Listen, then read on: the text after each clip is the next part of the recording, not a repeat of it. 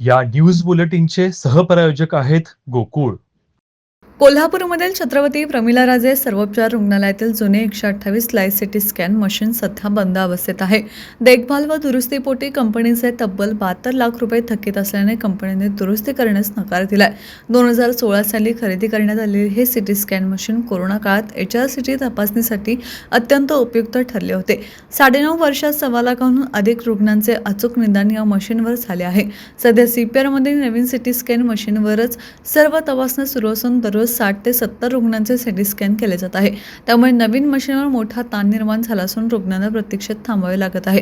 दरम्यान PLA अकाउंटमधून देखभाल खर्च करण्यासाठी जिल्हा शल्यचिकित्सक व अधिष्ठाता यांच्या संयुक्त सहीची आवश्यकता असते.